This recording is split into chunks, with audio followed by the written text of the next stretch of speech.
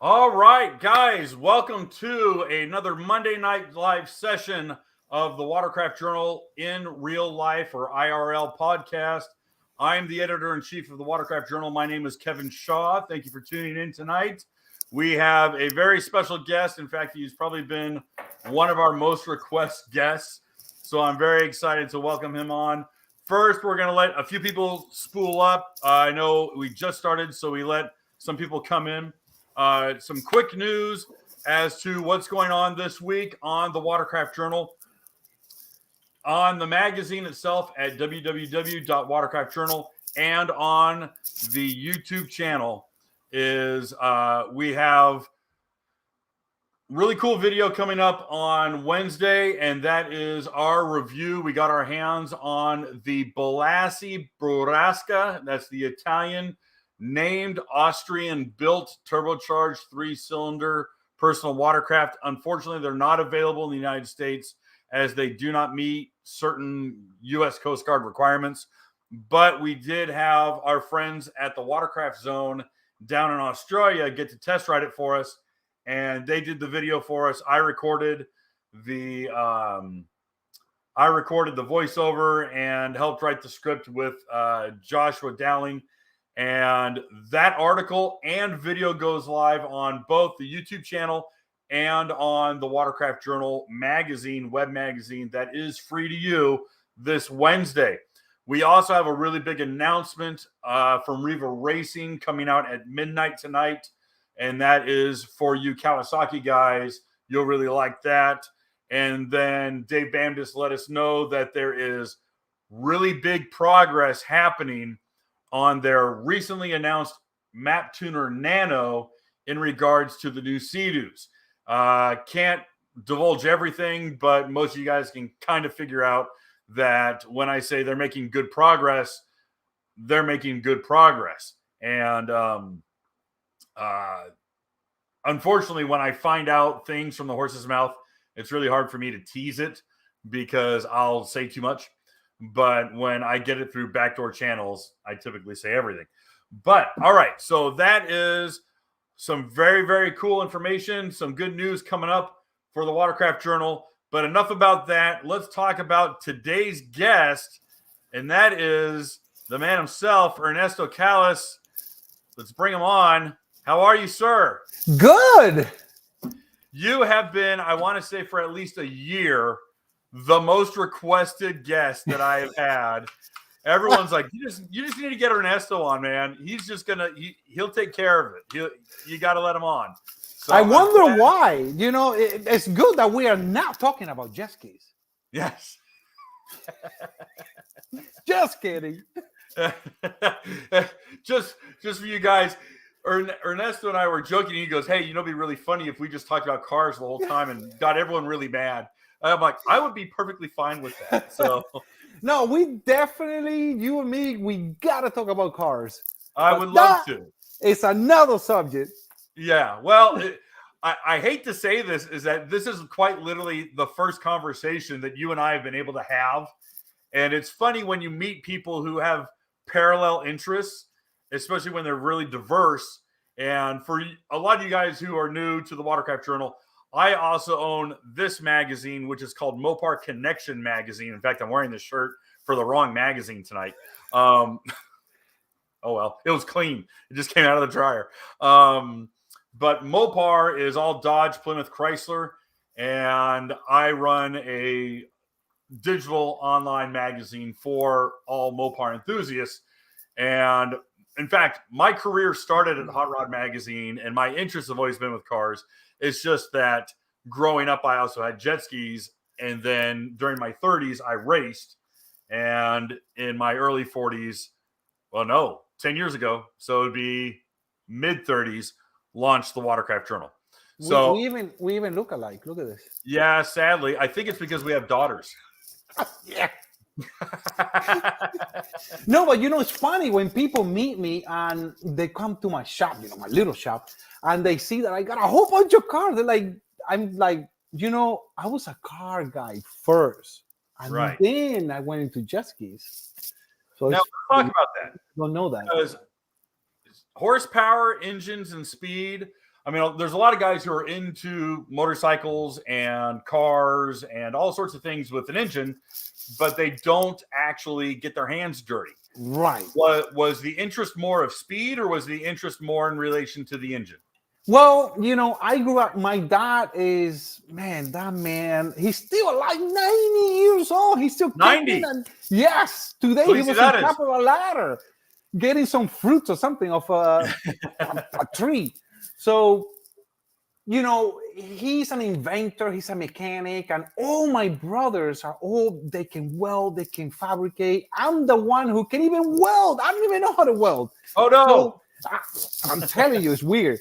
So, you know, growing up around that, you know, I had a go-kart when I was like 11 years old. You know, my friend Roland gave it to me and it's like, here. And I go, whoa. So funny enough, I was talking to my wife today and I was telling her, I said, you know, I was never into sport. I was always into racing, you know, go-karts, and then went into cars. And when I was 16 years old, I went to the drag strip and everything started there. It's crazy. That was it. Yeah. The smell of VHT and race gas, and yeah. And then, you know, what changed for me was in 2002, 2001, they changed the law because I used to be a street racer. Oh yeah. They changed the law, and then you go to jail. And I go, okay. I don't like that idea. So I started racing more at the track, and I quit. You know, I never went to jail, thank God. And I quit the street racing. And then went to the track more, have multiple race cars, went all the way to 750. And then in 2009, I believe, I bought my first jet ski. And I said, okay, I really like this. Because, you know, when you go to the track, you know, you can be there from 6 to 11 and you might get like 3 runs and you don't get it out of your system. But when you go on a jet ski and you go with all your buddies, you start racing. I mean, you get tired of racing and you get it out of your system. You drive home like grandpa. I really like that. So it wears you out. Yeah, and then the knowledge I have from porting heads and making engines for drag racing cars, it applied to jet skis. And I just went deeper and deeper in this rabbit hole. And I started making my own parts and everything blew up from there. Well, that's actually part of my notes and part of my prep is it takes quite a bit of engine know-how to blueprint and to really write down and generate your own camshaft. And I've been able to sit down with Ed Iskandarian. I've been able to sit down with some of the best cam grinders at Competition Cams. Crane Cams was out by Daytona Beach. And when I lived in the Tampa area, I went out to Crane a couple times. And it's interesting because cam technology has come such a long, long way. Yeah. And cam profiling is such a science. And you'll still meet people who disagree. And it's not proven. It's not like it's just a mathematical equation. You'll see people who will say, well, if you want this kind of performance, and this is your transmission, and this is your rear gear, and this is your tire, and this is your car weight, you're going to want this. And then someone will go, no, he doesn't know what he's talking about. You need this. And so it was interesting. And I guess we're just going to jump into it because I think this was the most interesting thing for me. And so I'm being selfish and doing it my way. But my understanding was for a lot of, especially Yamaha guys, and when I raced Kawasaki, was to pull out the supercharger camshafts and put in the naturally aspirated cams. Yeah. And even to this day, a lot of guys in hydro drags are even using the naturally aspirated camshafts. Yeah. For Yamahas. For Yamahas, yes. Yeah. For Yamahas. They work pretty well. I mean, Yamaha is such a weird. I even tried making cams for Yamaha, and I got with Fizzle too. And man, it just there's nothing there. I mean, so the VXR cam works so well. Okay, good. Now, my question is in regards to going and profiling your own Sea-Doo cam. What were you looking for that made you go, no one makes this, I'm going to have to do it? Price. Oh, really? Okay. Yeah, I couldn't afford at that time. You know, you're talking in 2013, somewhere in there, $1,500 for a cam, Okay. and you didn't even know if it worked. And then you Right. hear the no sayers, "Oh, that thing doesn't work," and then it's like you scared. You know, you're scared of spending that much money. It doesn't work. So I started, you know, making regrinds and making the numbers, and it got to a point where I made a 468 left cam, and it lost power. And I Okay. go, that's interesting. And then we went back to the 400 and almost 30 left, which is what I got now. Okay. And that was the best cam with, you got to remember, everything works with each other. And the hydraulic lifters on the Sea-Doo does not help. Okay. So this is the best cam that I made. They made the most power with the hydraulic lifters. Now, is that because the hydraulic lifters are crushing? Yes. And they're not able to get that kind of 100%. pressure. So just for fun, and I guess we're just going to go into this because it's interesting. There's not a lot of people I get to have these conversations with. I mean, Greg Gaddis, I get to talk with like this. Anderson Dick was fantastic talking. Oh my God, he's awesome. That one was amazing. That was a fantastic conversation. But so in my head, I would say, okay, if we're crushing all of the lifters, do I look for a solid lifter or do I try to increase oil pressure?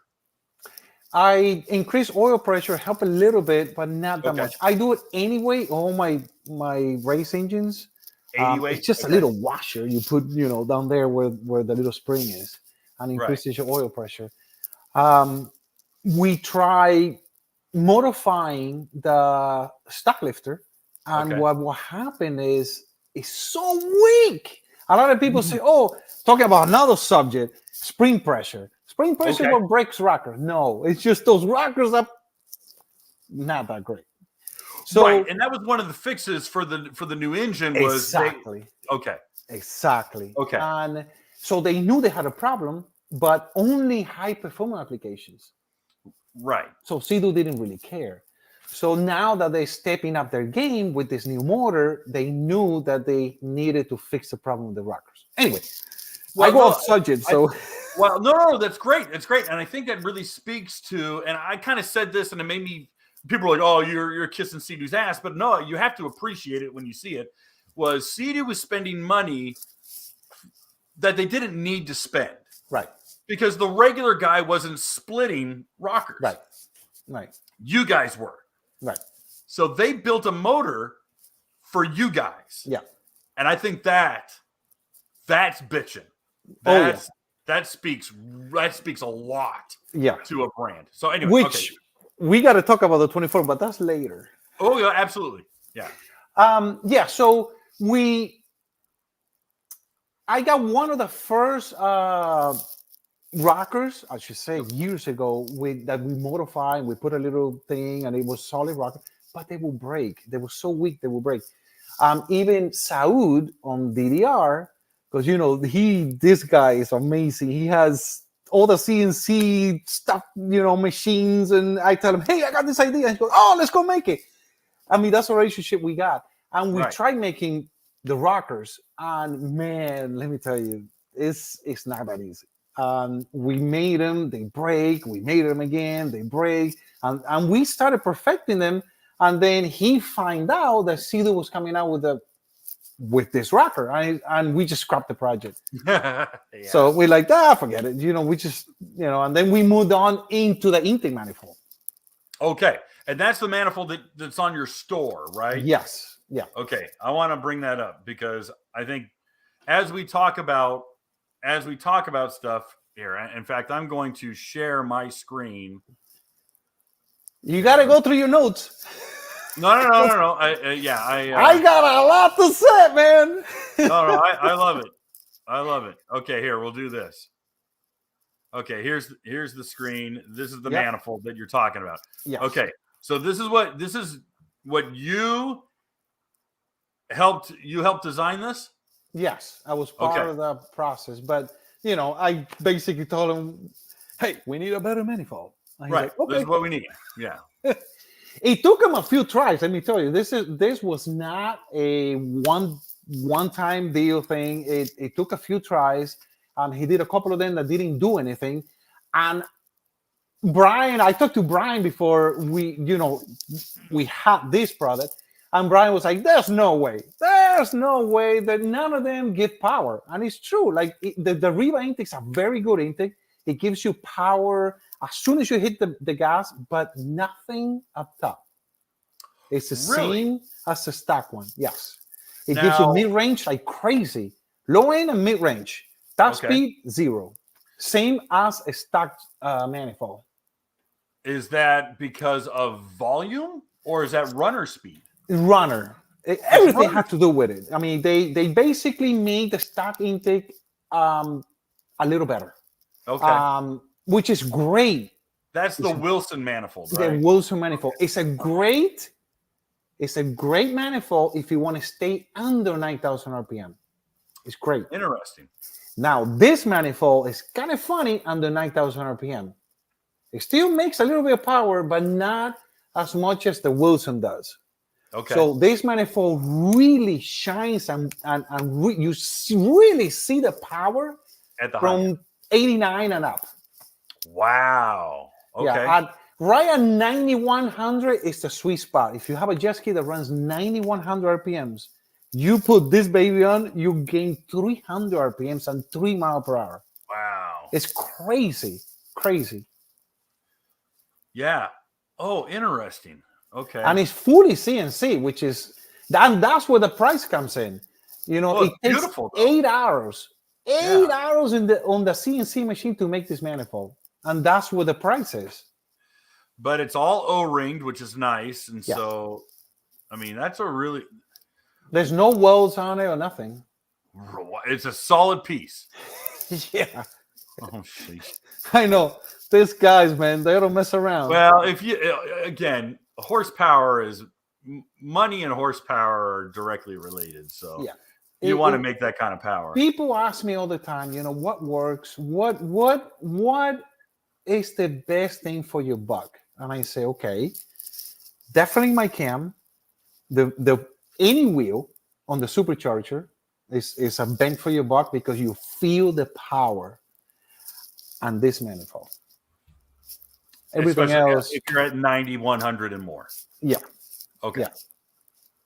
All right. Even around 89, it works. Anyway, Okay. So what else we got on the list? Well, the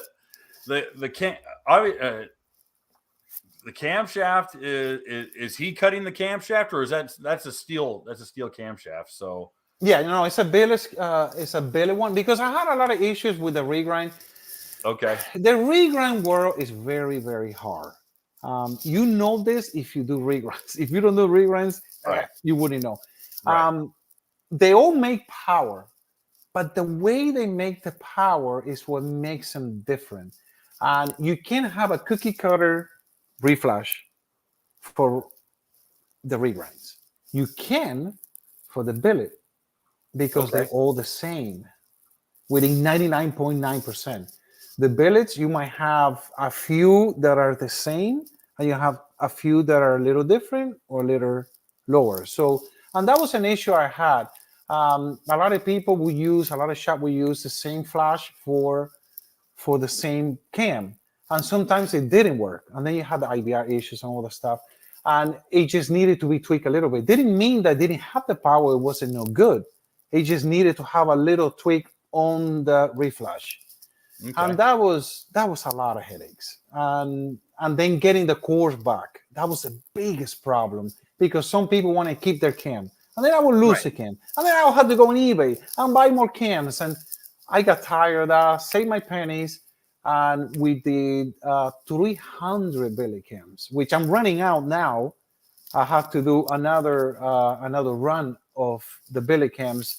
And That's why, and I wanted a billet cam that was affordable because, again, I did it because, I did my regrind because I didn't have no money. I didn't want a billet cam that was $1,500 or Right. $2,000 just Well, because this it's is me. half the cost right now. Exactly. And as $7.99, I think, damn, I mean, it's a steal. I mean, Right. I'm not greedy. I don't need to make a lot of money. The whole idea behind the billet cam was to bring customers into the website, and it's done that perfectly. So it wasn't to make a ton of money off of it. I can make a ton of money of all the things. Okay. Now, here's a question, and I notice on the store, and I feel like we're just kind of going through your store, but with your camshaft, and obviously we're talking about different behaviors with these engines at 9,000 RPM, 9,200 RPM. We know that Riva sells retainer kits, but a retainer kit is not enough when you start collapsing springs or you're having spring wrap or spring float, and all of a sudden it's like, okay, well, that retain you can shim the hell out of a spring, but there is only so much a certain spring tension can do. So now you're offering 3 different spring kits. Do all of these have to go with an aftermarket cam, or are you finding ways to, because you're dealing with a lot of customers. Anyone who watches your channel, you have very different grades of enthusiasts and competitors coming in. Yeah. So are you talking them down and going, you don't need to spend that kind of money, this is better for you? It's funny you say that because there's I cannot tell you how many times, and that's what makes me who I am, and that's why a lot of people follow me and like me. I'll tell you how it is. And I'm a racer first and then a salesman. And that's what I tell everybody. And a lot of times people call me and say, I want this. And I say, I don't know. How do you ride? What do you do? And then they tell me, and I say, I don't think you need, I think you should keep your skate bone stock. And they're surprised.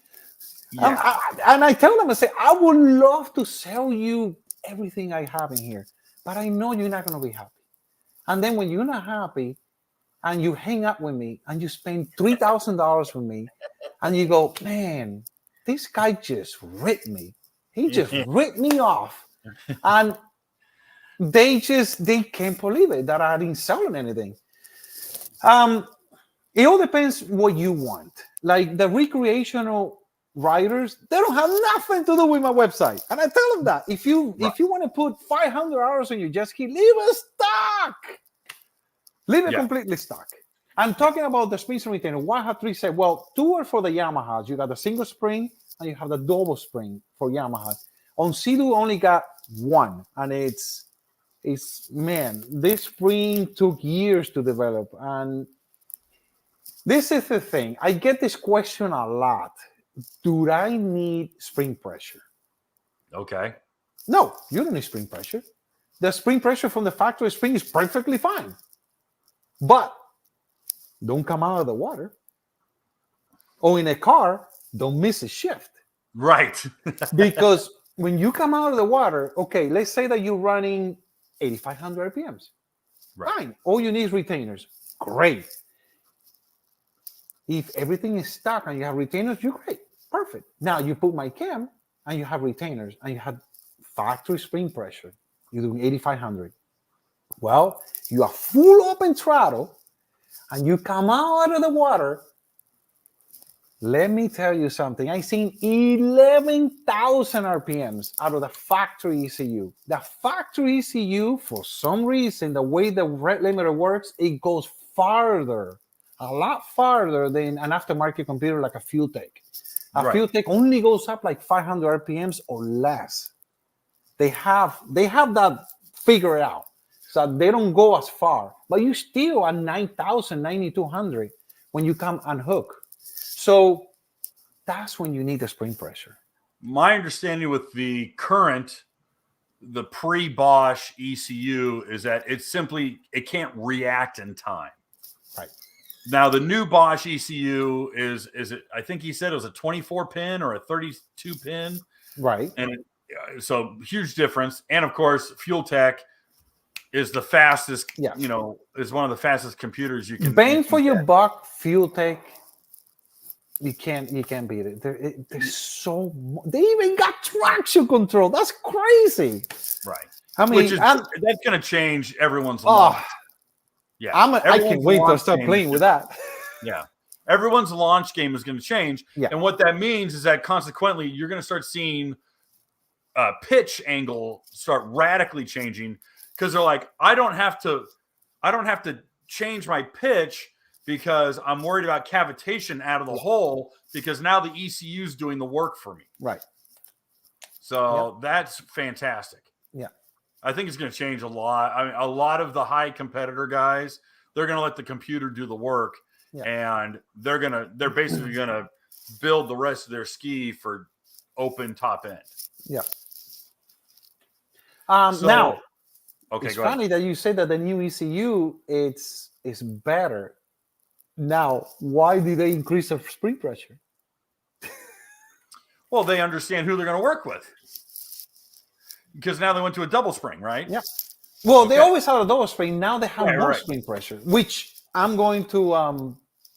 I have to take the head. Which the day after the hydros, we already took the 24 apart. Yeah. Yeah. Pistol skis already apart. Oh yeah. No, that's a total. Everyone knew that was going to happen. Oh yeah, I want to see what make it tick. Yeah, everyone that engine's out. Well, the same thing happened with Anderson's 1.9 liter. Yeah. He gets it out of the box, pulls the engine out. It's like, all right. Yeah. And he immediately he looks at the oiling system and he's like, this is trash. I need my oil pan. Yeah. Yeah. Anderson, man, that guy. Anderson was what makes Fuel Tech. And I'm a Multec guy. I have Multecs on my jet ski. And as soon as Brian got with Anderson and we got to talk to him. And it took us a couple of months to see how this guy is so involved with his company. It's just crazy. He is 100% with you, and he turns around and he's texting somebody else doing some other sport. I asked him and say, how the heck you do this? You're talking to 100 people at the same time. It's crazy. And he makes people feel the same way that we feel. And we were like, okay, Fuel Tech. Yeah. The support. Yeah. The support is amazing. Here's the funny thing was I knew Fuel Tech not because of my own magazines, but in a previous life prior to starting my own company, I worked with another publishing firm, and the guys that I knew who were using Fuel Tech were all running alternative fuel, E85, C85. They were running compound turbo systems on 5-liter Coyotes on the Ford motors. Yeah.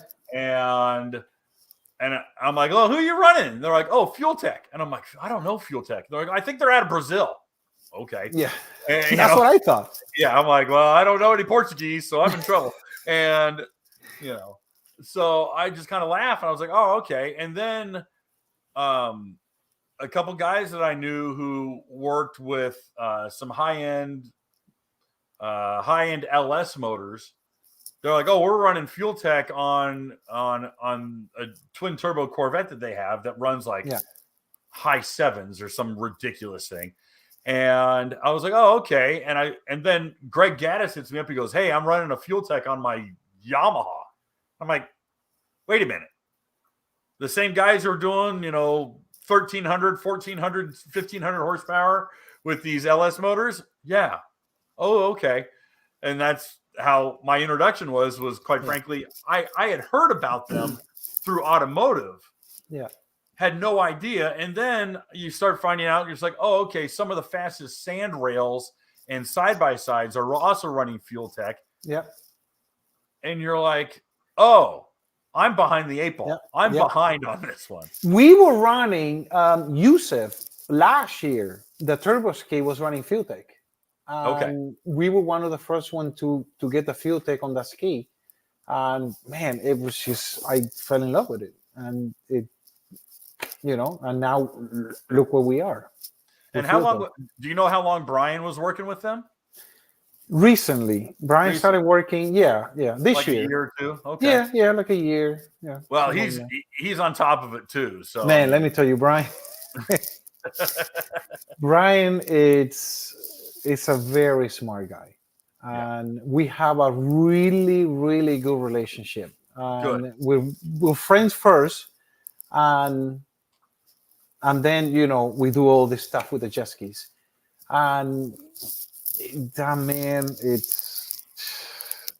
I mean, he has the world fastest jet ski. I mean, what can you say? Yeah, I'm glad. I'm glad that the judges realized, they're like, because everyone saw the video and the whole place, the whole internet caught on fire when they ran 142. Yeah, we were so mad because he got into the whole argument, all that stuff, and then we were like, dude, it's not up to you. There's a lot of people involved with that build. Jose, I mean, he's the owner. And then, Billy say, you know what? It's not up to Brian. Brian can say this is not going to count, and it was official. It was official on the 2 GPSs. So I got never seen, I don't think nobody has seen it, video that run in my next video that's coming up. Oh, good. Okay. I got where he almost fell off the jet ski. Nobody has seen that. Yeah. So we got that video in my next episode. Okay. I have to ask you a question. Yeah. And this is just me. Maybe it's because I'm an old man, but I'm very surprised that Hydro Drags doesn't have safety equipment standards that are similar, if not greater than minimum requirements by the IGSBA. A wetsuit keeps your bones from sticking out of your body. I've seen guys get compound fractures in their legs, and the wetsuit kept the bone and kept the leg together. Neck braces, gloves for that matter. I'm just, because we've seen guys have triple-digit get-offs. I mean, thank God they're alive. Yeah. But as the speeds go, we're just gonna go faster and faster. I mean, it's like every sport. I think I'm the only one in the sport that wears the neck, like the Heinz device. Yeah, I wear. It's not a car. It's the one for motorcycles. Yeah, for dirt bikes. Okay. And with the straps. Yeah, and then I give it to Haro for him to wear it, since I wasn't racing, and I know Jose Luis, the world fastest ski, he has one because I told him, I say, you need to get one, but I guess he forgot to wear it. Yeah. People don't realize that. He's in shorts with a helmet and a slippery vest. And I'm like, hello there in the office. You know what a lot of people don't know is we test a jet ski a lot. Yeah. This just didn't happen. 142 miles just didn't happen. Yeah. This is a lot of tests, a lot of motors. And it's not, because it's just when you're pushing a motor that far and that much horsepower, you start breaking stuff that it wasn't possible. Yeah. We have broken stuff. I can't talk about it, but we have broken stuff that nobody had ever seen break. So we need special, like the oil pump, like the pan that Anderson built, because we had a problem. Okay. And Anderson said, I can help you. And he did it, gave it to us, and it worked. All right. Things just don't happen. There's a lot of work. It's like my jet ski. They say, oh, you see those fast, oh, you're lucky. It's not luck. It's years and years of going and practicing and breaking stuff. Yes, breaking stuff and spending money. Oh yeah. Just don't tell my wife. This is live. No, my wife's great. She supports No. everything I do, and she's just, she's part of my team now. So, Good. it's good. Well, I mean, to your point, it's like the speeds being achieved right now are phenomenal, and it's happened so quickly. Yeah. I would say in the last 10 years, it's doubled. Yeah. Because it took a Motec ECU, it took $15,000, $20,000 to go 85, 90. Yeah.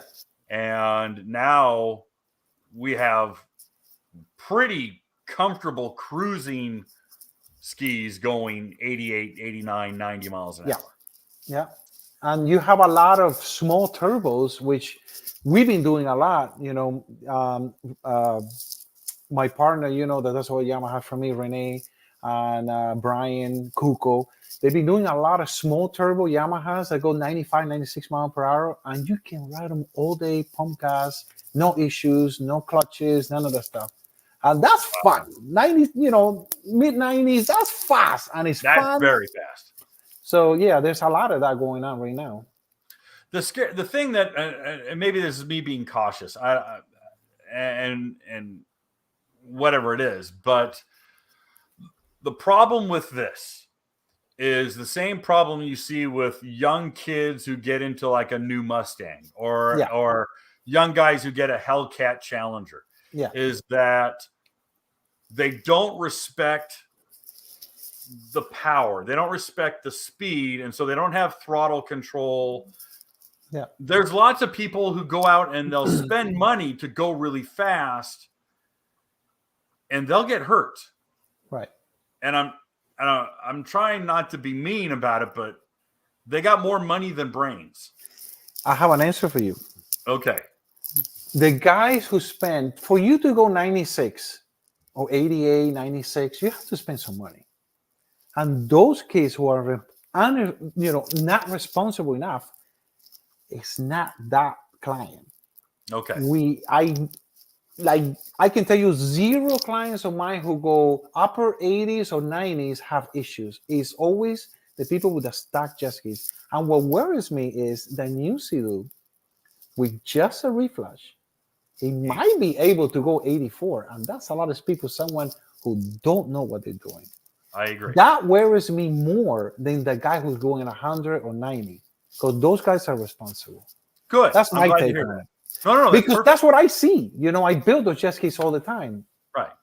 Yeah, you're talking to them face to face. Yeah, because now you get a Sea-Doo, you get a Yamaha, and they go 70, between 77. If you just put a reflash, they don't go 80, they don't go 90. No. You got to do, or 80, 81, 82. You got to do some stuff to them. You got to put a filter, you got to do this, you got to do that. You put just a reflash, you go 77, 78. Right. Now, this new Sea-Doo, it's going to go faster. Yeah, the TX with 2 gallons in the tank.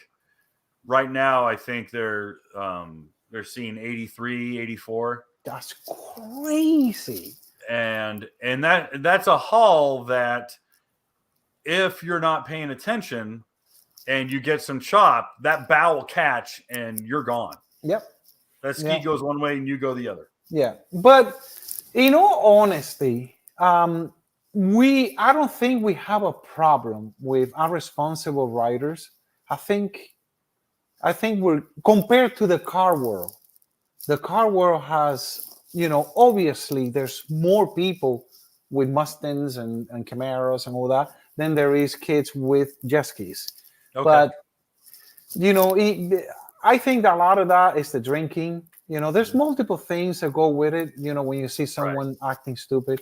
And the thing that gets me and gets me mad is the kids that stay around the dock, the ramp, and they just start doing circles and little things. Dude, you got a whole lake. Just go all the way over there. Why you gotta stand here? So we can watch you? Yeah. Oh, look at me. Yeah, look at me. Yeah.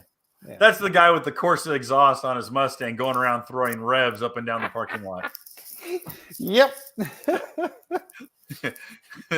Anyway, Yeah. I took my wife out to dinner for our anniversary on Saturday, and we went to this restaurant. We're sitting outside, and there's this guy in this Roush Mustang just throwing revs up and down the parking lot, and we're like, why are you here?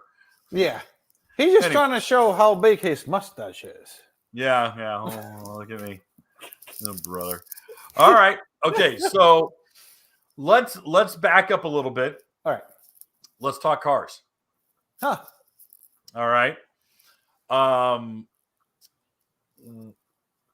you tell me what car you were street racing? Back then? Yeah. You're not street racing right now, right? No. I bought back in '97. I had a Z28 LT1. It was a last year. Okay. And 30th anniversary, the white one with the orange stripes and white leather interior. I know it.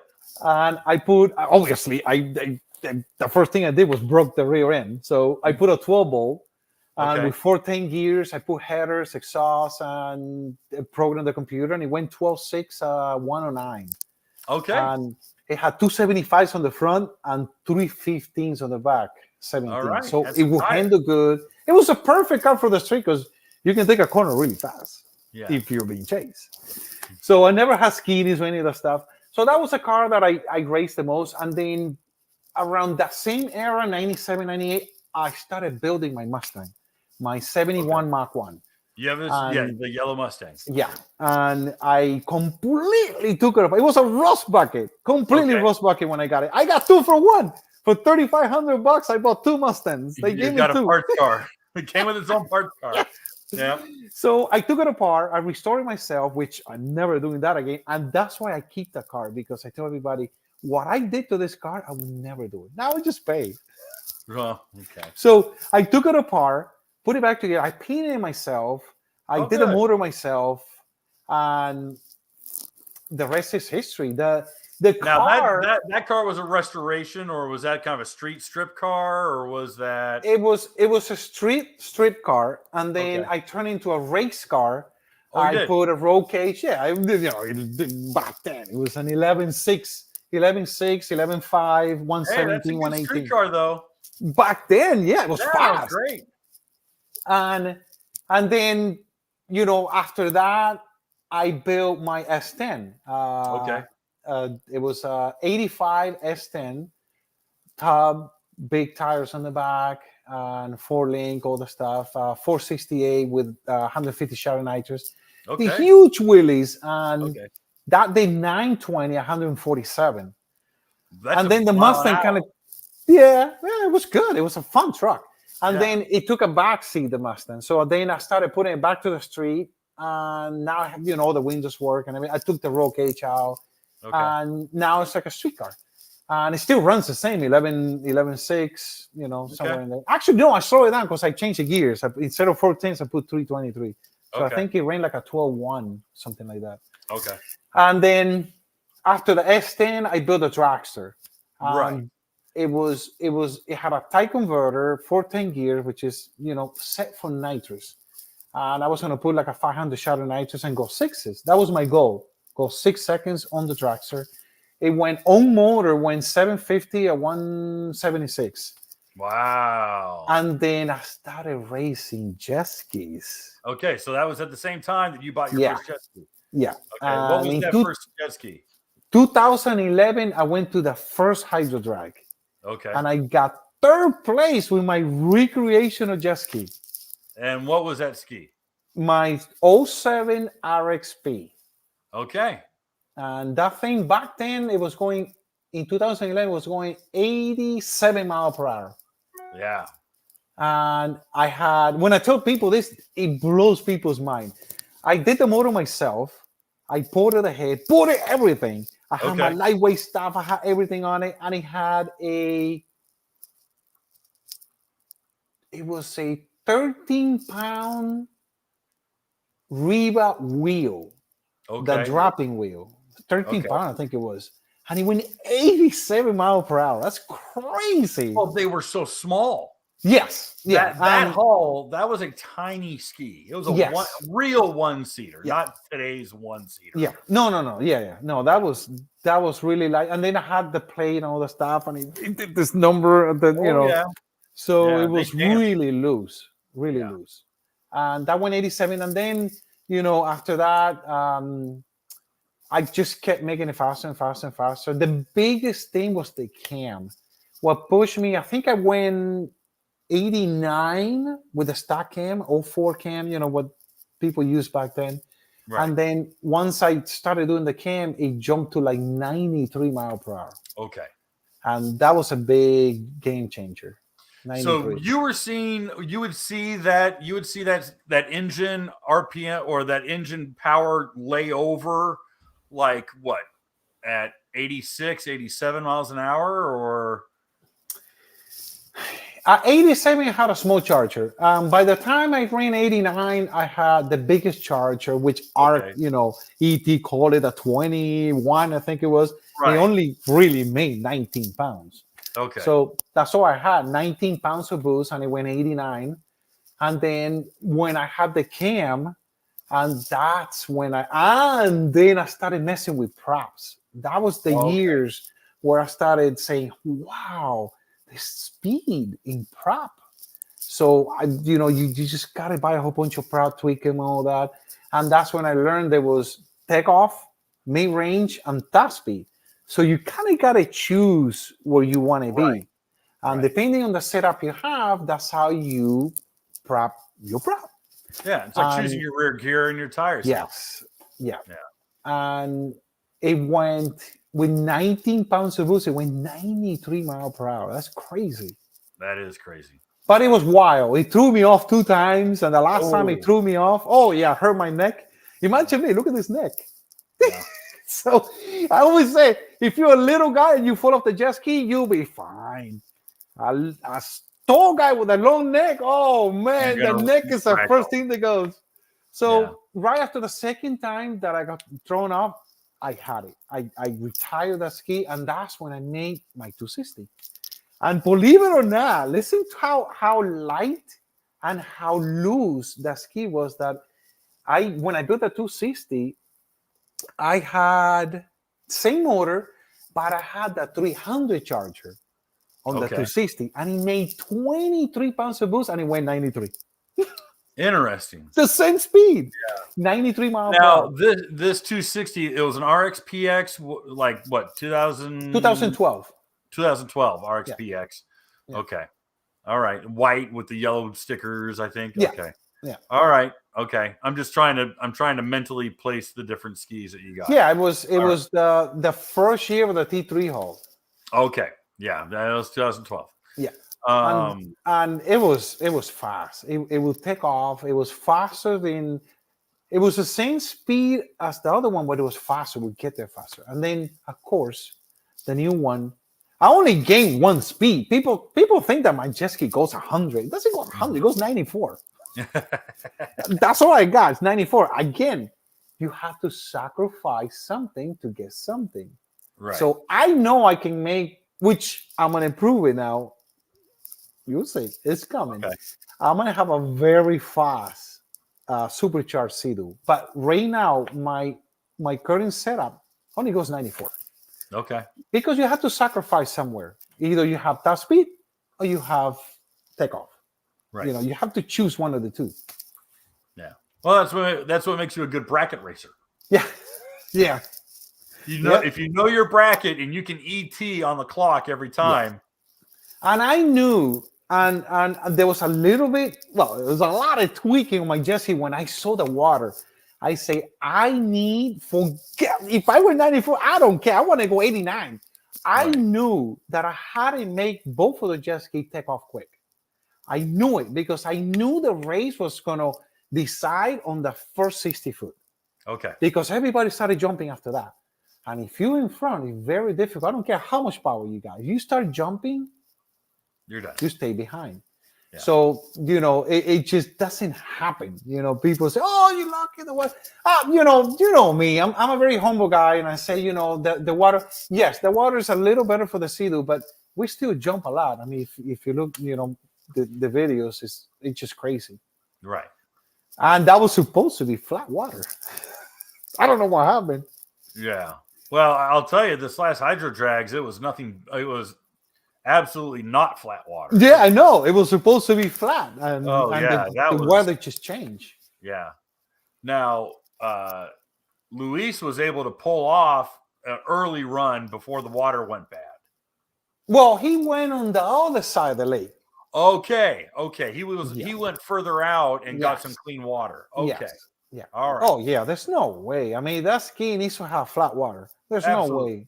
Yeah, 142 miles. I thought maybe the weather had changed after he had ran. Okay. Yeah, it's always been like that. When they go for the top speed, they usually go to wherever there's flat water. They look for it. They have 10 minutes or whatever it is, so they go look for the flat water. Okay.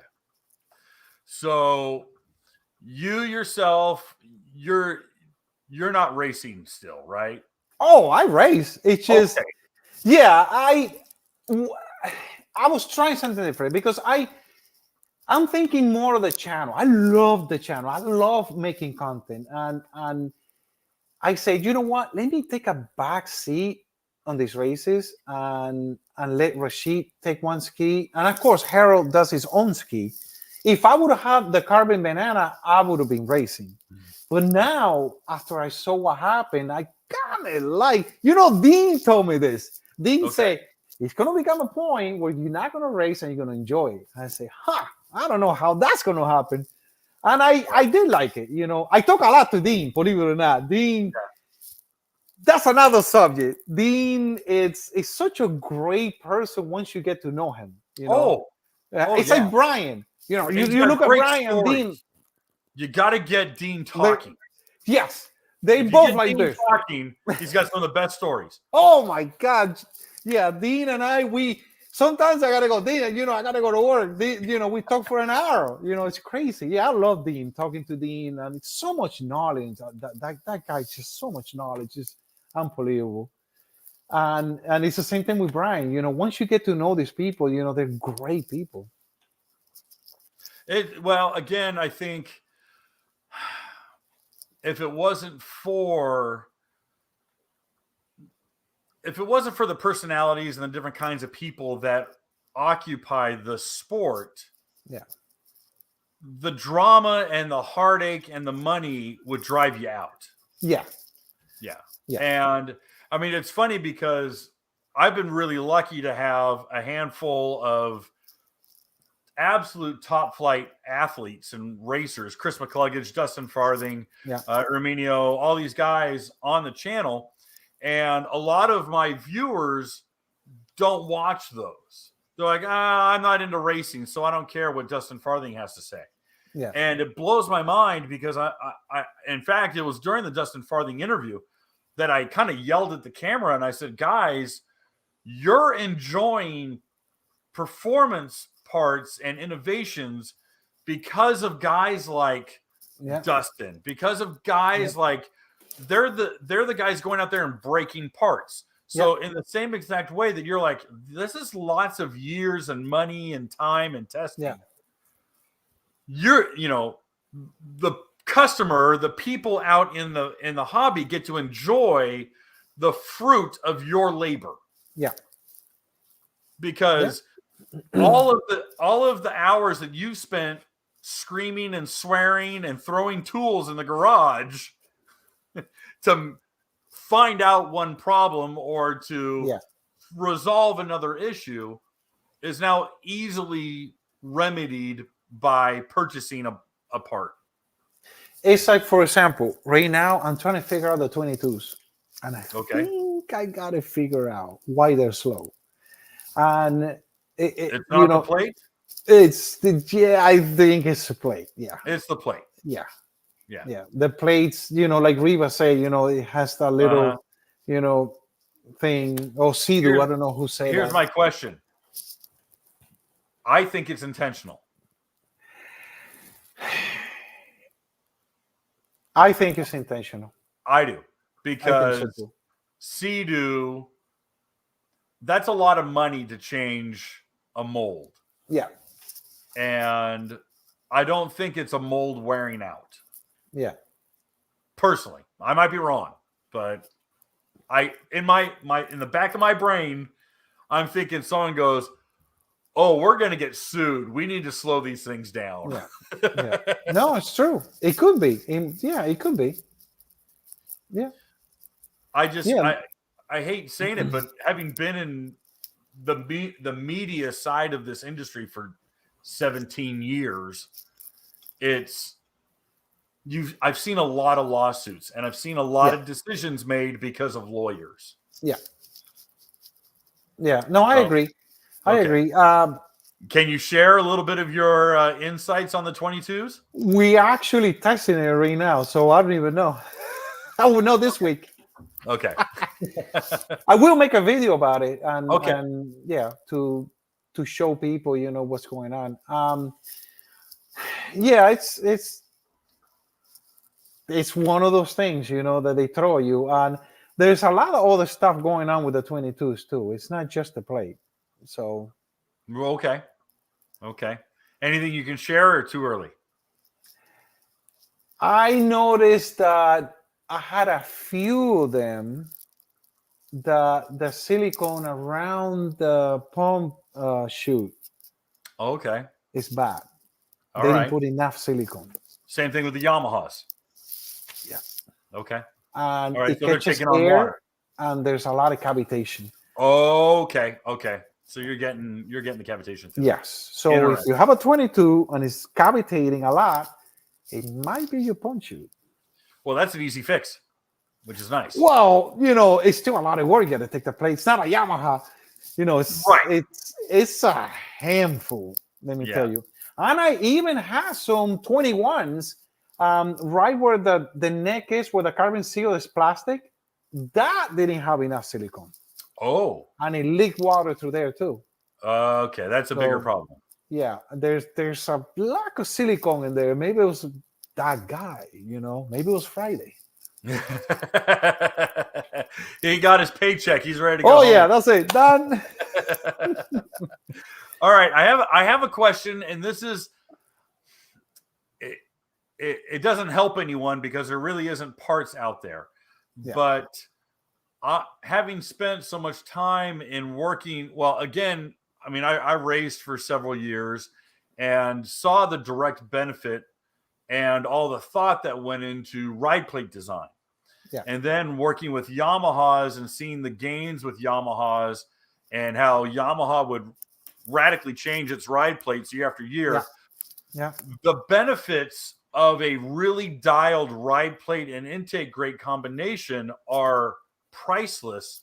And I'm so surprised that more Sea-Doo enthusiasts haven't chosen to go open loop and start really getting into ride plate design. It doesn't work. Somehow, Sea-Doo don't like ride plates. Oh, I don't believe it. Really flat. Really? It's a mess. I presume you've tried. So I have tried. Okay. I made ride plates for the 21s, and all they do is jump around. So, but I think it's a combination of both. It's a combination of the right integrate. Right. So because you're starting from scratch now. Because that intake grate is dialed for a flat block of aluminum. Exactly. Yamaha is way ahead of the game. The ride plates combination work. Right. But you do it to a Sea-Doo and it just goes crazy and it does funny things and it touches you off. Okay. If you do an aggressive ride plate with a Sea-Doo. Okay. Now, the 21 platform, the R&D integrate on the T3 hull works pretty good.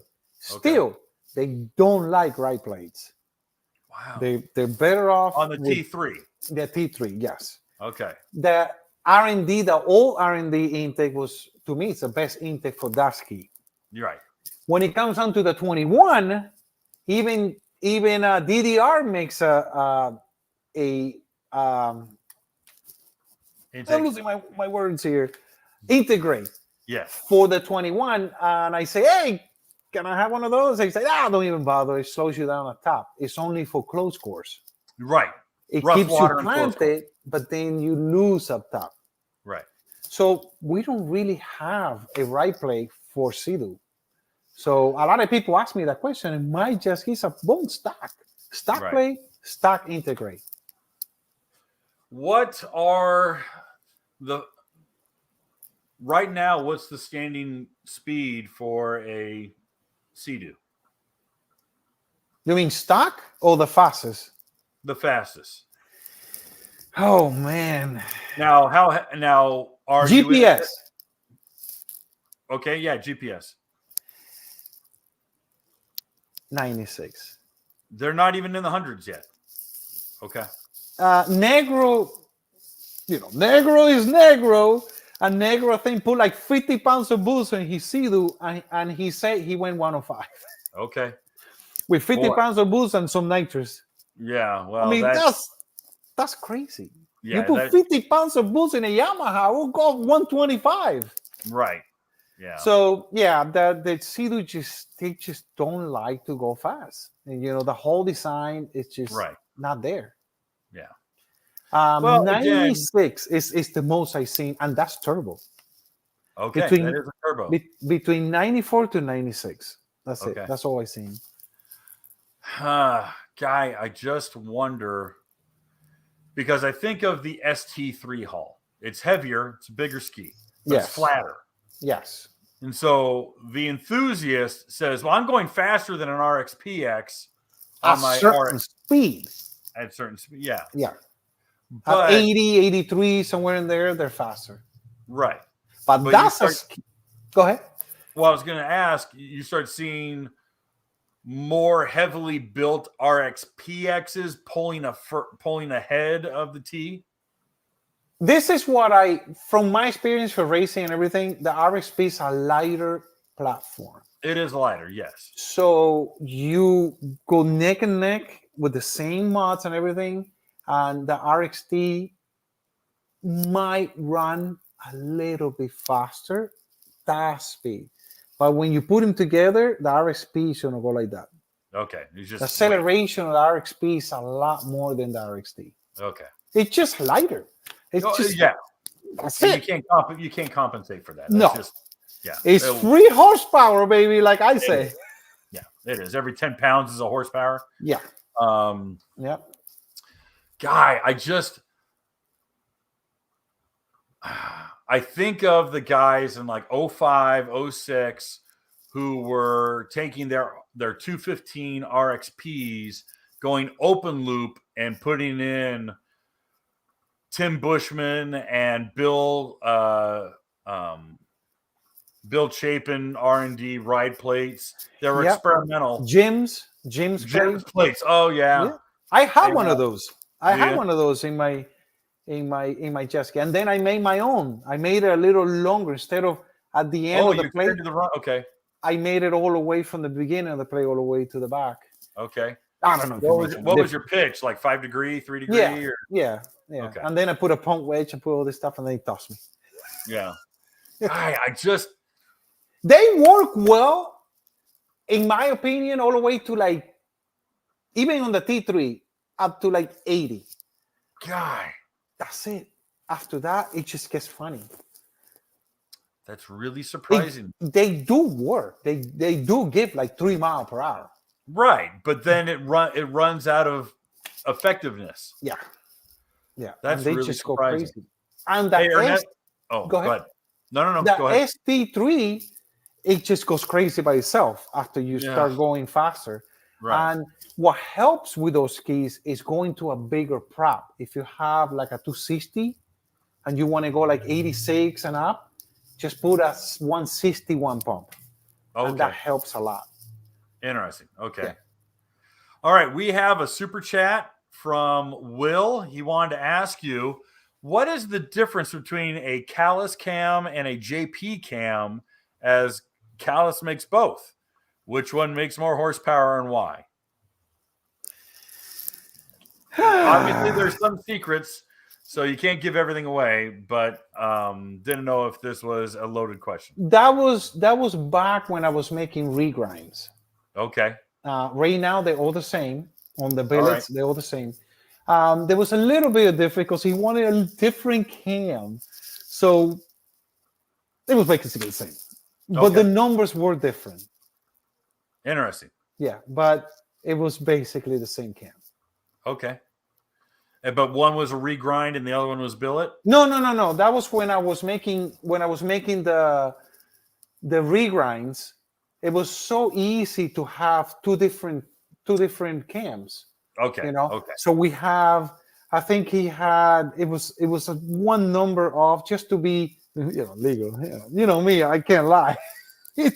So it was just a number. If you put him on a cam doctor, you can hardly see it.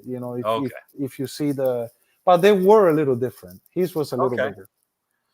All right, Will, thank you for the super chat. Appreciate that. We have another one. This one's from Jet Rider Nation, Georgia. Wow, with a big donation of $100. Thank you very much. That's cool. That's very nice.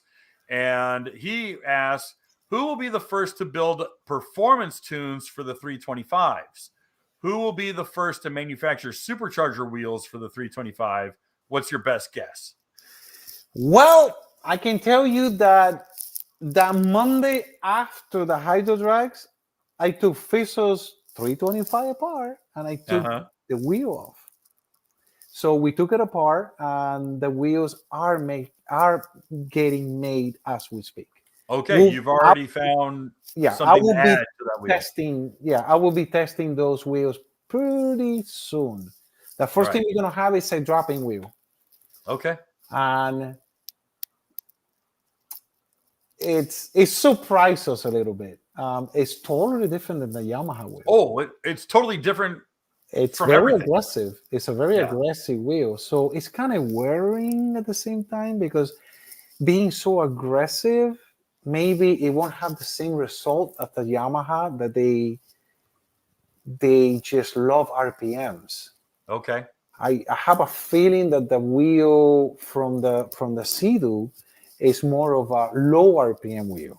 It's a high volume, low RPM. Right. But so then they're also saying it spins 100,000 RPM, the wheel itself. No, I know, but then it spins that. But as you run your RPMs high on your motor, you expect it to just keep going like the Yamaha. Right. So Fisso's doing like a whole bunch of different wheels, and we all gonna test them all, and we go from there. And the best one is the ones you guys are gonna get. Right. As far as performance tunes, I think it's important that we kind of delineate the difference between, say, a map tuner that has a pre-programmed tune that you just plug in and go, boop, okay, here you go, versus, say, you have a Fuel Tech ECU, standalone ECU, or a Motec ECU, and having a true engine tuner getting in there with a combination and going, okay, try it now. Yeah. Oh, we're gonna lean it out a little bit here, or we're gonna add a little bit of timing here, or a little bit extra fuel here, because Fuel Tech doesn't offer that kind of programming that Riva does. It's very different. Completely different. For the money, if you're spending money and you're spending a decent amount of money and you want to go fast, Fuel Tech, hands down. I don't think Mote makes anything for the 325. I think it's I don't think they're there yet. But, no, I mean, all it takes is a harness. Yeah. But Fuel Tech, you can just buy it and you have it. And it's there. As far as we'll see. Riva says they have some news coming up. That it's just going to be it's going to unlock. It's going to be a SCOM. Yeah. And don't get me wrong, a SCOM for 80% of people is going to be plenty, because it's going to go 83, 84. Yeah. And maybe you throw an air intake kit and an impeller, and maybe you're getting 85, 86 before you start running into the rev limiter. Yeah, I heard, I know for experience, talking to other people, like Chris Caputo Jr., he was involved in the jet ski that Matt did from Torque Racing, all that, Uh-huh. and they did something different, and they did unlock it. So, but it's That's the line code. They're going through buds, and they can override the 2 lines of code. it's complicated. It's complicated, Yeah. but he's not. The nice thing is, and I'm happy that he's not doing this, because that was the big thing. Who are the guys who, quote unquote, cracked open the ECU on the Maverick? Evo. Mhm. Evo literally cracks open the case and pulls the processor out and solders a new one in. You're like, Right. oh, okay. Right. And not everybody wants to do that. No, that's really drastic. Ruthless Yeah. is going in and saying, you send in your ECU, we'll remove those lines of code, Yeah. and you're good to go. And now there's no speed limiter. Oh, okay, great.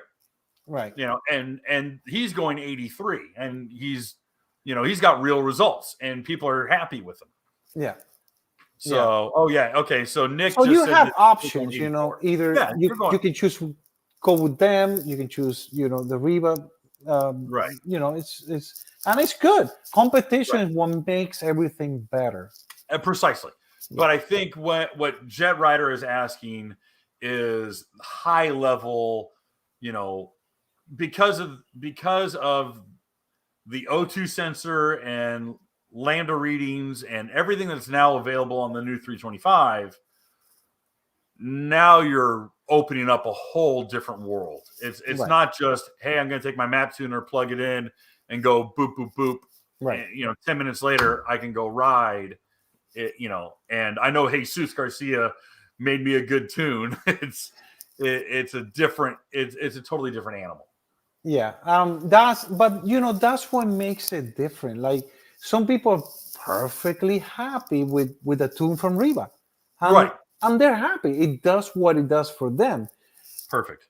I started with tune from Reba, and then I say I want a little more, and I want a little more, and that's what got me where I'm today. So if that's your thing, great. If you want to go farther and you want the 325 to go 90, 96 mile per hour, you might have to go with the Futech. I agree. Yeah, I agree. Everything. It's funny because I always get accused of who wrote you a check or who's telling you, who's paying Kevin to say something. Yeah, I know. I bring you on, and everyone's like, "Oh, it looks like Ernesto paid Kevin." And I'm like, "Yeah, yeah." Okay. So anyway, but I laugh because it's like I had to have Fuel Tech on. I had to have Anderson on because as an engine guy, I'm like, I need to know more. I want to know more as to what you're doing. And when he starts talking about the levels of data gathering that he's getting, because right now the big thing that Greg and I and Anderson and Jerry Gaddis, we all got out of that interview was there's certain things on the SVHO engine that fail. Yes. And they just fail. Yeah. And he comes in and he says, I was looking at my data gathering and seeing oil temperatures, oil pressure, and now I'm watching oil cavitation. Yeah. And we will go, well, if you're having oil cavitation, that means that oil is not getting to certain places. And he goes, precisely. And Jerry's like, that's why these shafts are failing. That's why these are failing. This is why this is failing. Yeah. And all of a sudden you start going, well, hey, wait a minute. Maybe the cylinder head has bad oiling and it's not able to wick heat. And that's why the cylinder heads are cracking, because they don't have enough oil moving through it. Yeah. And so everything snowballed. And I'm like, oh, okay, we just solved the mystery. Yeah. And I agree. I agree with you. Go ahead. There's a lot of stuff that are failing with the Yamaha motor. I mean, it's a great motor. You make power, way more power than the Sea-Doo. But man, the head cracking. I mean, it's just the oil situation, the oil pumps. it's just and the faster you go, the more stuff is gonna fall. Even the clutches now. I mean, you can even get wicking off a clutch. Oh, It's well, crazy. Anderson and Jerry said they're seeing, the supercharger shafts welding themselves because they don't have enough oil. They'll burrow out the case, and you're like, oh, okay. Yeah, no, it's true. It's true. But overall, the Yamaha engine is a good engine. It just needs people like Futek, that Anderson come up with stuff like that. I mean, this guy is amazing. I mean, they might say the same thing about me. Anderson is paying me to talk about him. I know. I'm so excited, man. I mean, you didn't get your check yet? Yeah, yeah. I mean, what I seen that this guy does is, it's just unbelievable. The care that he takes. What's funny to me, and this is what I have to laugh about. We got to stop talking about Anderson. All the haters. No, we are. I know. This is turning into a conversation about someone else. But things you're doing, things Anderson's doing, things Riva does, things that other people do, become stock parts 5 years from now. Yeah. And that is kind of my point, is you guys are the tip of the spear. Yeah. You guys are the cutting edge. And it takes a few years for them to go, oh, okay, we need to make this stock. Yeah. This, that oil pan is going to be not billet aluminum. It's going to be cast aluminum. And it's going to be on the new SVHO 1.9 liter in 3-4 years or some stupid thing. Yeah, that's true. It's the reality of it. Yeah. And I mean, it sucks because it takes from you guys. But what can you do? I get a lot of people asking me, oh, do you get worried that people are going to copy your cam and do this and do that? I said, you know what are you going to do? Right. It's just the nature of the human being, Some people don't like to put in the work, and they like to steal the people's, ideas. And then, but people come to the original person who did the product because they like the product, they support the product. Right. And, like Riva has a lot of followers because they do the research. Riva's team is amazing. I mean, I have to say, my team is just me, a couple of other guys, and Brian. We can't compare it to Riva. I mean, we do the best we can with what we got. But I think you're talking to different people too. I mean, no. Your customers are different than the Riva customer.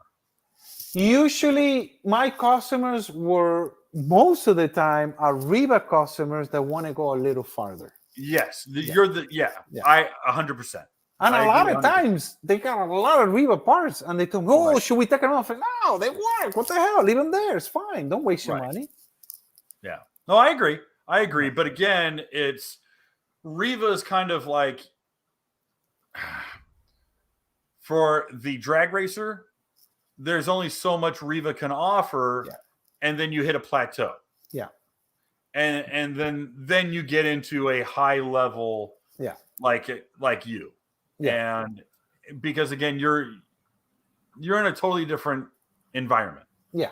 And you can't compare my motors to something Riva will build. There's just no way. Right.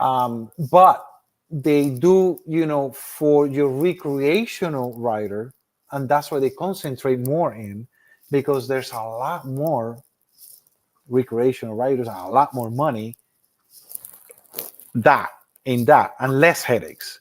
So when it comes to my thing, when you go in upper 90s and stuff, everything needs to be really well done. And not only that I give, I talk to my clients all the time and I say, I can give you the best jet ski in the world, but I have to educate you. I need to teach you how to take care of your jet ski. Thank you. And a lot of people don't know that. They think that they can get a 90+ mile per hour jet ski and they just go for a mile. Right. It's not going to happen. No. If you want to do that, leave a stock. I always tell all my clients 10 seconds. 10 to 15 seconds on a full open throttle, and that's it. Don't go any more than that. You don't need to. Within 10 seconds, you already tapped out. Right. You know, in 10 seconds, your jet ski is going to go as fast as it's going to go. Uh-huh. And by 10 seconds, the race is done. Then you'll split the pump tunnel. Yeah. Well, that's another whole different issue. No, I did that. Oh, man. Yeah. I held in. I held into Jerry Gaddis's Turbo VX a little too long and split the pump tunnel. Yeah. So, it's he should have known better. He should have had it reinforced. No. Yeah. I should have known better to get the hell out of it. So well, that's the fun. You gotta, you gotta step on it. But Billy, yeah, they both got issues. The Sea-Doo on the tonneau and the Yamaha. You have to reinforce them. Once you pass the 90 mile per hour mark, you have to reinforce it. Right. And especially if you do whole shots. Yes. Yeah, that's the biggest thing. Yeah, there's a lot of torsional force there, and especially the Nano 2 hulls, the older Nano hulls, they're not going to hold. Yeah. So, Billy made it. He left a super chat. All it was a heart, but it was for $50. So thank you very much, Billy. I don't know if you had a question. If you did have a question, please repeat it because you paid for it. Billy, let me tell you, Billy did a heck of a job with those drag racing. Man, that guy really did a good job putting everything together, and the way he ran the whole hydro drags was amazing. There was a lot of people, a lot of spectators, which is what I want to see. There was a lot of racers, but the spectators will make the sport, and he did a heck of a job. Let me tell you. Yeah, I'm really proud of him. Organizing a jet ski event is not easy. It's not easy. No. And there's a few people trying to do it right now that is not Billy, and it's hard. Right. It's hard. Guys, if you do have any more super chats for Ernesto, please get them in now. But now I want to ask Ernesto, besides the 71 Mach 1, what else you got? What else I got? I just got a 92 coupe. The one with the trunk, right? That's called a coupe. I get it confused. 92 Mustang? Yeah, 92. The notchback, yeah. Notchback. The LX. Yes. Yeah. From a dear friend of mine, he built the car, and then his wife say, "No more car for you, kids." All right, well, I gotta sell it, so I bought it. Okay. It's mini tub. Badass car. Everything done to the car. Got an LS. You haven't. The four guys are gonna kill me. Or is it a turbo? LX? It has a 6-liter LX with a power glide. Okay. That I already did a whole bunch of videos on it, but I'm not releasing them yet. Okay. That's something else. So I own one of those. I own a 96 C4 LT4 6-speed Corvette. Really? And that's I have a few videos in my channel about it. It was I paid $500 for this car. I rescued the car. It was under a tree, left to die. All right. It was a lot of fun. So I got that. I got a 1980 Mercedes Coupe 2-door diesel. It was my dad's car. Okay. My dad is 90. So I was worried. I say, Dad, as soon as I see that you're not driving, straight, and you're not all there, I'm taking the car away from you. And he's like, I don't want to drive no more. I say, so I got it. All right. I already bought the Cummins, the 5.9 Cummins for it. And I'm going to have the 5.9 Cummins sticking out of the hood with a twin turbo. That's the plan for that. Oh, my gosh. Got the transmission, got the Cummins. Now, is it a 12-valve Cummins or is it a... It's a 12-valve Cummins, yes. It's an old school, noisy-ass 12-valve. The loud one. That one is really loud. So that's a project that I have for the channel for later. And I also have a 1989 Jeep Wrangler. Oh, beautiful car, 3-inch lift, 17 by 10 wheels on it. Yeah. And it got the bikini top. And Original paint, no rust. Wow. Beautiful car. And I put racing seats on it, all the stuff. And it has original 4-cylinder now. I already got the LS, all aluminum, 5.3.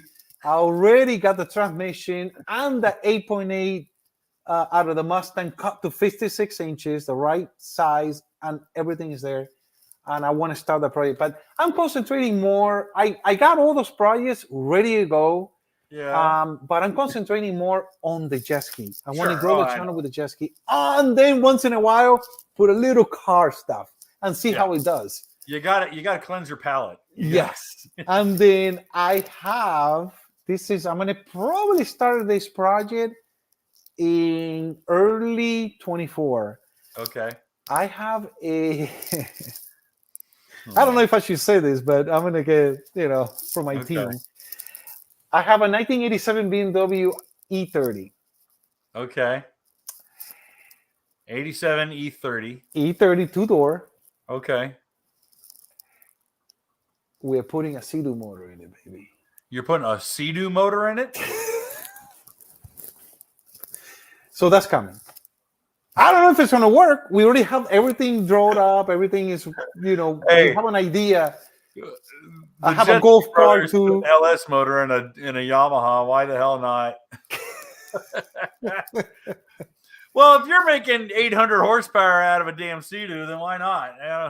Yeah. That's a little project I have, and I got many other projects. I have a 1969 Sea-Doo. You have one of the originals. Yeah, I'm doing something very cool with that. Oh, that'll be fun. And that's coming. It's not going to have the original motor. I can tell you that right now. No.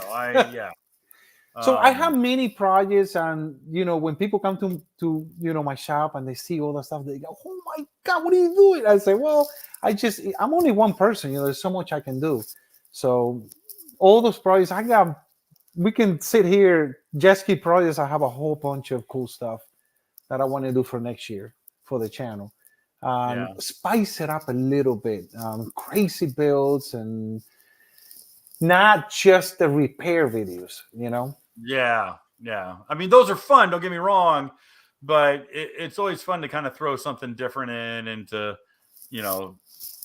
I have some very creative things coming for the channel. Cool. Very fun things that, what the heck is this guy thinking? And that's coming for the channel. We were waiting, to get a little more subscribers, but we just decided just to go ahead and start throwing all this crazy stuff because that will help us grow the channel. Yeah. I mean, we're not doing too bad for only 2.5 years, I believe. Yeah. We got 8,000. You got 8,000. Yeah. You got 8.3 thousand, 8,300. Yeah. And you're putting out weekly videos. They look great. Yeah. You're doing a great job on this. If you guys are not subscribed, you're absolutely missing out on one of the most entertaining channels. It really is a lot of fun. It's way more entertaining than mine. Let me tell you, it's a team. I got my editor, Desi. I mean, without this guy, I wouldn't have this channel. And Desi's the guy with the beard. I put him sometimes on the videos. He's my cameraman. He's my editor. He's the brain behind the channel. And I cannot say, thanks to Desi. And I told him, as soon as I can afford you, you are coming and working for me full time. Good. So yeah, he's the first one who's going to come in my team. I mean, I'm growing. We're 4 people right now, in Calas Performance. I mean, we're very small, but we're growing. No, you're doing great. I mean, holy cow! It's really funny. This was maybe a year and a half ago in one of the live sessions, and someone had asked me, said, "Well, what YouTube channels do you watch? What jet ski content do you watch?" And I said, to be honest, I don't watch a lot. I was watching that day. Oh, were you? And I was, the channel. Man, I was so proud, to hear that from you. And I still, my wife sometimes tells me that, and she told me tonight and say, "You better tell him about that." And look, you just mentioned it. Yeah. No, absolutely. It was without a doubt. again, I recognized, I was like, okay, this is a guy that has common interests that I do. He is very technically hip to, he's not just a guy throwing parts at something. He's actually understanding the mechanical aspect of what he's changing and what he's doing. I could tell that being a drag racer, I'm like, he's not going to share all of the secrets, but and the best thing about it was that you're having fun, you're enjoying it. Yeah. And I think that has been one of the more refreshing sides of your channel is you have enthusiasm that you're sharing, and you're fun, and you also give tips on, hey, listen, these guys want to go fast and they're spending a lot of money, but I'm also showing them where they can save a few bucks. Yeah. And that, I think, is incredibly valuable. Yeah. And it's not just here, buy my stuff.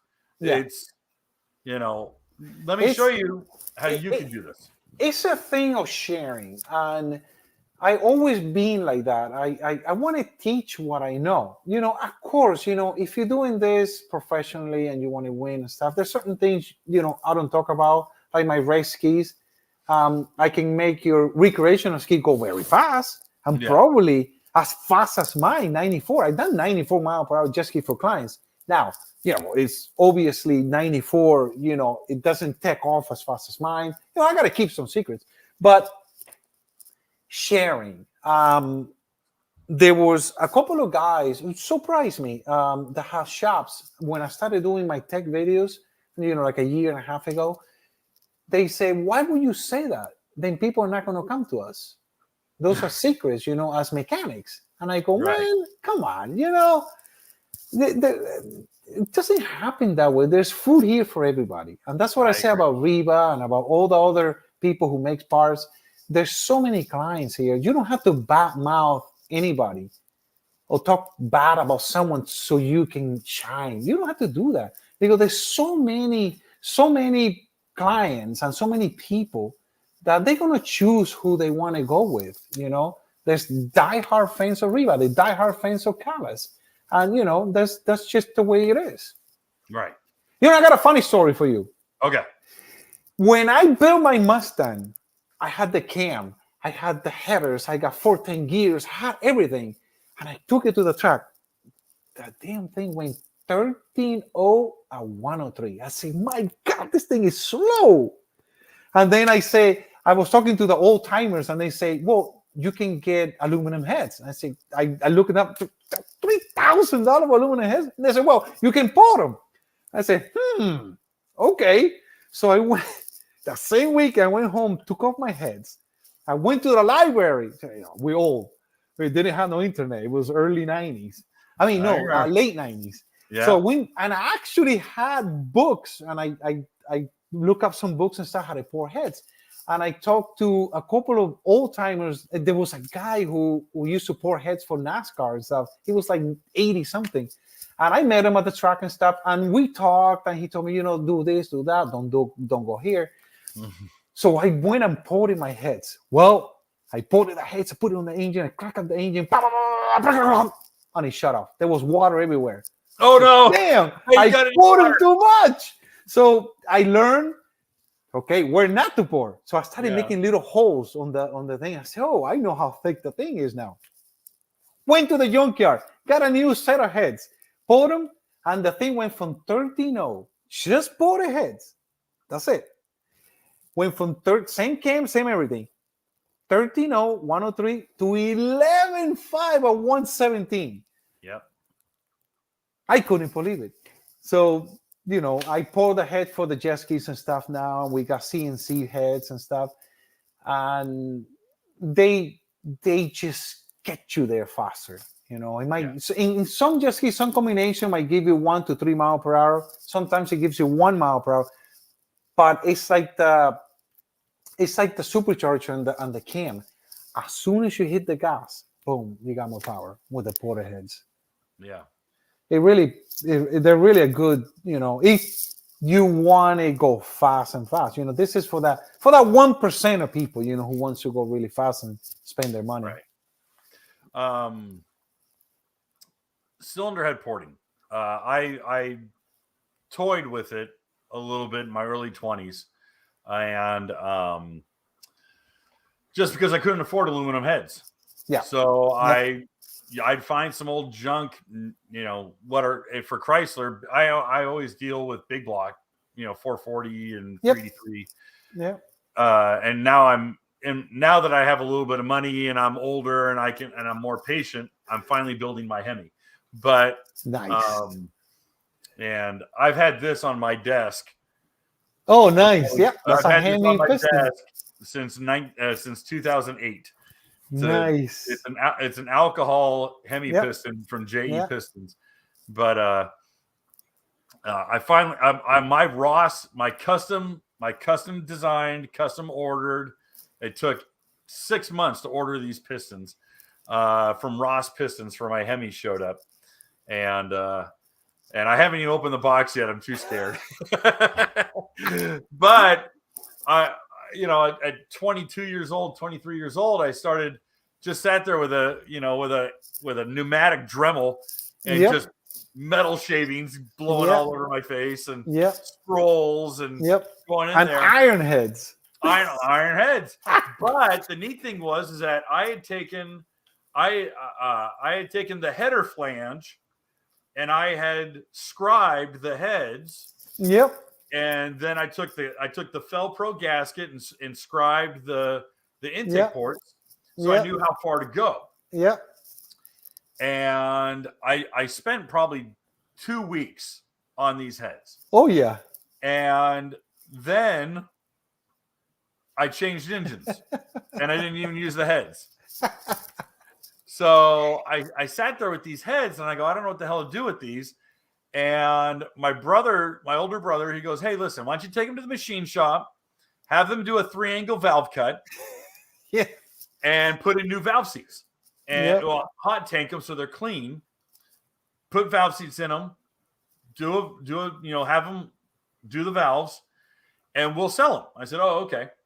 So like a month or two later, we went to the swap meet, the hot rod swap meet in California. And I was sitting there, and he had a bunch of Chevy stuff. He had a whole bunch of Chevy stuff he was selling, and I liked Mopar, and so I had these heads. And this old boy comes up to me, and he goes, how much you want for those heads? And I'm like, oh, I don't know. What do you give me? And the guy looked at me, he goes, well, who did the head work? He goes, it looks fresh. I said, well, I just had the machine work done, but I ported the heads. He goes, no. Who ported the heads? I said, I did. And he goes, well, who the hell are you? I go, nobody. I'm like, I'm a dumb kid. I don't know what I'm doing. And he sits there and he gets his little pointers. He had one of those little screwdrivers, in your pocket. Yep. And he sat there and he goes, well, hold on a second. And he put it on the tailgate of my brother's truck, and he starts looking at it, and he goes, I'll give you $400 for these heads. And at the time, that was like $1,000. And my eyes went like this. I was like, okay. Because I had maybe $80 in the course. But I had 2 weeks of my time and about $100 in valve work. This guy took these heads and ran off with them. And my brother's like, how much you get for them? I said, well, he gave me $400. And he goes, are you serious? And I go, yeah. He goes, dude, that's killer. That's great. And I was like, oh, okay. And then what was hilarious was I don't know if the guy, I don't know if a friend of mine was BSing me, but like a year or two later, he goes, hey, so-and-so with this, I think it was like a Coronet. And I go, no. And he goes, well, he said he bought a set of heads off you like a year or two ago. And I go, oh, no. What happened? And he goes, dude, he loves them. He says, you're the best guy. And I was like, hey, man, I didn't know what I was doing. So I'm glad they didn't split. All right. Thank God they're still together. So I 100% understand the value of headwork. Yeah, especially those early, early motors and stuff. They need a lot of help. Restrictive. But the Sea-Doo and the Yamaha heads are really good. You know, they're Yeah. you know they're it's the new stuff. You know, they doing pretty good. Yeah. I also have a tea bucket. Do you really? Yeah. Well, I own a tea bucket. like what year? Like 28 or 28. 29? Yeah, Okay, 28. 28. Yep. That's I'm cool. redoing. It has a bone stack 350 motor, and Okay. I'm doing right now with a turbo 350 Okay. and 410 gears. So all right. yeah, but posse. So it's kind of Sure. but I call it the death trap. That It is. thing, man. Let me tell you. It's a wagon. First let me tell you about this T bucket. So Is it a straight axle? Yes, straight axle in the front. Yeah. Yeah. So it got a bone stack 350, super fast, just like that. Now I'm making a 383 stroker. I'm porting the heads right now, probably this week, with a dual ram, dual carburetor with a little scoop. Oh, tunnel ram. Okay. Yeah, tunnel ram, and I'm doing a power glide. Now, that's all I'm doing to it. So it's gonna be plenty of power, whatever. Now, I have since I was a kid, my favorite cars is a 1932 to 33 coupe, Ford or Chevy, the one with a 3-window, 5-window. Oh, 5-window. And T-bucket. And the T-buckets. Since I was a kid. One of them. Okay, yes. Yeah. So I was like, oh yeah, I'm gonna put this big blower and all this stuff in this car. Man, let me tell you, after riding on this T-bucket, let me tell you how the ride in this T-bucket is. You step on the gas and it goes, and then when you hit the brakes, it goes, and you're only doing 60 or 70. Yes. So it's always go, no go. I'm telling you, there's a reason why during the 80s they looked fast and they were all 15-second cars. They had 671 blowers on them with these stupid wheels on them that made no power. The guy made 350 horse or 400 horse with he had a 427, big block with a 671 BDS blower or YN blower on it. With, big freaking bird flap, air intake. Definitely not what I expected. Definitely not what I expected. Scared the hell out of them. Yeah, no, it's like, okay, 60 to 70. That's as fast as I go on this thing. Oh, yeah. You don't take that on the freeway. Don't you dare. No. You can run over. No, you'll die. You'll just go right off the road. Yeah, but it's a very fun car. Sure. I do have to say, with the Jeep, now I understand why Jeep people are so weird. They are fun. Yeah. It's a fun ride. But the way I have mine, I don't see the point of having a Jeep and having all those windows, all the stuff around. You might as well get a regular car. You live in South Florida. With a little bikini top, man, what an experience. Yeah. Yeah, I love my little Jeep. So I'm one of those weird people now. No. Well, it depends. If you have a bunch of ducks going across the dashboard. No. You seen all the ducks? I have 3 on my dashboard because of my kids. Yeah. But hey, I'll tell you this: no one cares. Not even on my Mopar magazine, no one cares. Yeah. But I'm building. The straight 6, the 4 liters. Yeah. Okay. They had that engine for 16 years, 17 years. Yeah. Okay. So before Chrysler bought Jeep in 87, it was all AMC. Yep. Well, that engine was a 4.2 liter. Yep. The block is the same. The head's the same. The difference was that when Chrysler bought Jeep in 88, they de-stroked the 4.2 liter to a 4 liter. Right. And so it had a longer rod, but a shorter stroke crank. Right. Well, I have a buddy of mine who he's all into modifying his Jeeps. And he came to me and he goes, "Can you build me a motor?" And I go, "What do you want?" And he says, "I want to make more power." I'm like, "You can't make power out of that damn thing unless you put turbo on it." And he's like, "Well, look at what we can do." So I hit up I have a really good relationship with Edelbrock. And so I call Edelbrock and they go, "We got a cylinder head. No one uses it." I said, "Okay." I have 2 of those cylinder heads. Huh. So one's brand new in the box. One of them's out of the box. Did they relocated all the ports and stuff and the valves? No, it's all stock. Huh. It's really surprising. I'm tempted to go in the garage and go grab it and show it on the camera. But no, we gotta hang out. I'll tell you, we gotta hang out. I know, it's so stupid. And everyone's like, "Why? What are these guys talking about?" So I don't care. You guys are along for the ride now. Yeah, whoever's watching right now is a die-hard fan. So yeah, that or it's just they're doing dishes or folding laundry and listening to us in the background. But so I got this block. He pulled it out of a wrecked Jeep for $300.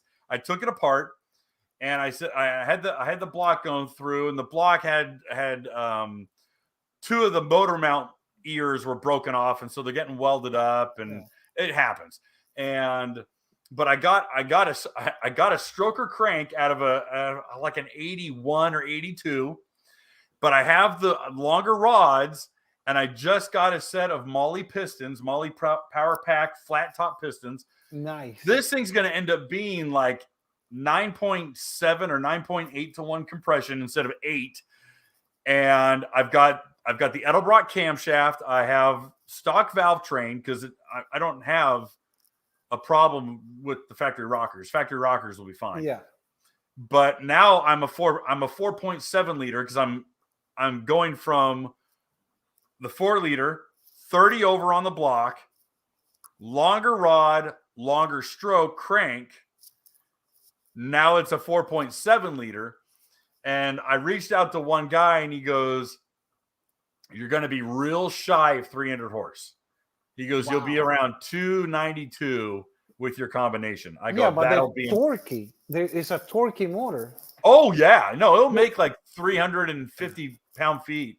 A lot of people race those engines, even Chevy and Ford 6-cylinders, and they make power. The inline, for some reason, they make good power. Inline 6s have, my understanding is, and this is why Cummins has never changed. Yeah, was there we go. There's no lateral force like on a V formation. Yep, and there is a harmonic.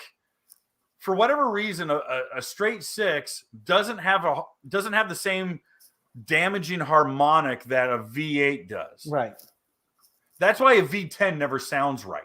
Yeah. Yeah. V12 sound good. V8 sound great. Yeah. V10 sound weird. They just Yeah. It's interesting. So I'm throwing that motor together. Huh. Nice. What are you putting that in? It's going in an 04 Wrangler. With he's a good buddy of mine named Adoni, and Adoni Vega. And, full injector or carbureted? It's gonna. Well, he wants to run the factory fuel injection on it. So the problem is that the factory fuel injection is factory. But that's gonna be his downside. Well, here's the thing. Oh, it depends what he wants it for. I think it's just gonna be for that he's got a big dick. That he's he wants to change all the labels and say 4.7 liter. Look at me. Yeah, it's like me when I put the 5.3 in my Jeep. I want the little sticker that says LS. LS, yeah. Get the big LSX. Well, hey, listen, we're almost at 2 hours. So man, this has been great. And we could do this for another 2 hours, but I'm going to let you go. I really have to thank all those people who made it all the way into now. Thank you very much. Oh, absolutely. I can't believe you guys. I can't believe we have 53 people hanging out listening to us talking for 20 minutes about engines. But guys, for everyone who's here listening, please go to youtube.com at Calas World. It's one word, Calas World, CALAS World, and hit the subscribe button. You got to hit the subscribe button. Hit the notification bell so you don't miss out on any. You've been really good at updating every week on a video. Yeah. So you don't want to miss out on anything this guy does. It's way more entertaining. way more entertaining than anything I do. So, and you might actually learn something too. So, hang out, check out Ernesto's channel on YouTube. And if you are interested in really making some power, check out, you're going to want to go over to calasperformance.com. Check out the website. If anything, buy a shirt, support the man. I will be coming out with a lot of new designs and everything and shirts. That's cool. Oh, good. Yeah, I'll send you a couple. No, you don't need to send me anything. That's what they're gonna say. Hey, well, no, yeah, he had me here because of the shirts. Yeah, well, there you go. Hey, no, man, at least you're wearing the right shirt. I'm wearing the wrong magazine shirt, so there you go. I really appreciate you reaching out to me, and I know you being a big supporter. And thank you very much. Oh, my pleasure. Absolutely. And I know you do it out of the goodness of your heart. So yeah, I mean, I'm expecting a check later, but that's going to show up at the same time as Anderson. Yeah. So, yeah. Well, guys, thanks again. If you haven't already, subscribe to his channel. Check out definitely follow Ernesto on Facebook and on Instagram. Yeah, all the social medias. And you can actually follow, if you go to Calas Performance, they have all the links in the top right corner. For all you guys who haven't already hit the subscribe button to the Watercraft Journal, we appreciate your subscription. If you don't mind, that'd be great. We publish new videos every single day, Monday through Friday, entirely subscription free to you. Same thing with the articles for the magazine. There's no downloads. There's no passwords. All the same, yada, yada, yada. And we appreciate you guys hanging out. Have a great night. We'll talk to you soon.